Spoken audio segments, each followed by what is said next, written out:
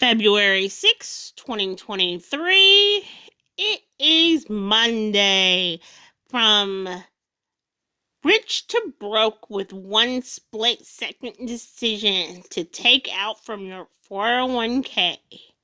So I came across the Wall Street Journal podcast, and this is my reaction to it. And it was just saying that people were taking out 401ks to basically pay for their everyday living expenses, and I was like, whoa, pay for your everyday living expenses. You literally lose the compounding years, of course, that could be right there on top of the obvious withdrawal from the split second decision. The number one factor that people did not do in their 401ks that Fidelity had mentioned a few years ago. Now Fidelity at the time of that they're speaking about this was one of the largest account holders of 401k balances, and it had held the most funds in 401k balances or something to that extent, right? And they said that they did not take out loans or withdraw from their accounts during the 20, 30, 40-year time frame of their employers. They were not withdrawing. They were not doing any of that. They were not taking loans out. And so if you're taking out loans, I know people might take out a loan for a car loan because they might get a cheaper interest rate, or to pay for medical bills, or to get a home loan down payment. But if you can come up with that money on your own, then that could reach your compounding years faster, because it's going to not be paid back. If that money's no longer active in the stock market, it's pulled out, and you are paying back that loan while that's getting paid back to make it more active into the account.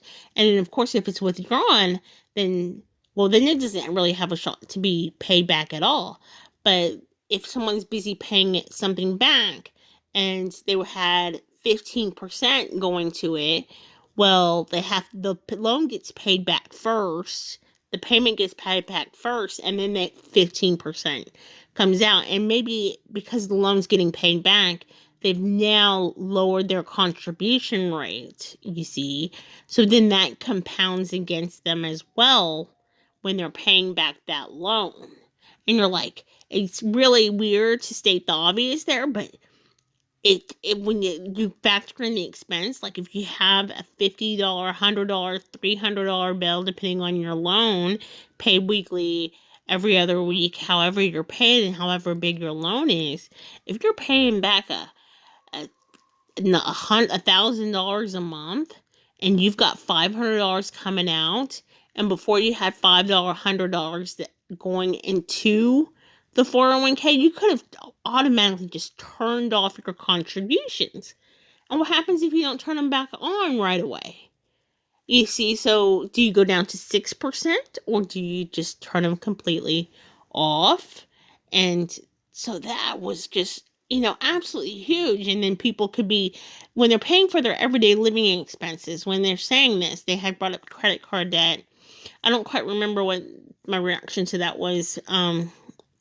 But I was thinking, or maybe this was a different podcast on Wall Street, but I was thinking of specifically, people could basically be making their minimum payment with this 401k money, which wouldn't make any sense, like paying their everyday living expenses on like their electricity bill, their groceries, their car insurance, everything on their credit card, and then making minimum payments by making withdrawals from their 401k.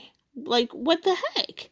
Like, why would you make a minimum payment and you're going to pay interest on something that was supposed to be your wealth builder? So making a split-second decision that really costs you so much, prevents you from making a bigger legacy. Possibly you could die you might have money when you retire. You might have some, but you might die with even less money than you expected.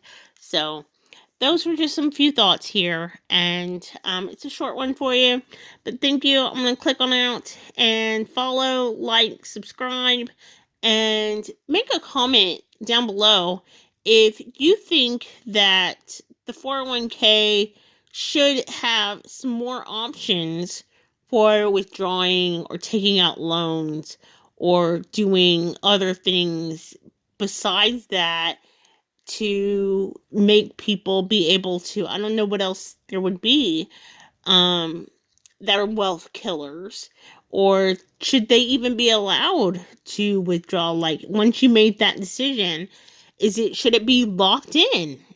Should you just not be allowed to even do a hardship withdrawal? Even for emergencies.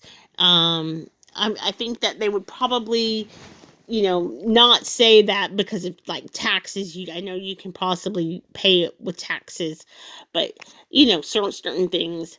Uh, but should you even be allowed to withdraw it for anything else? For anything. So, just let me know and click on out. Have a good one, and thank you for listening.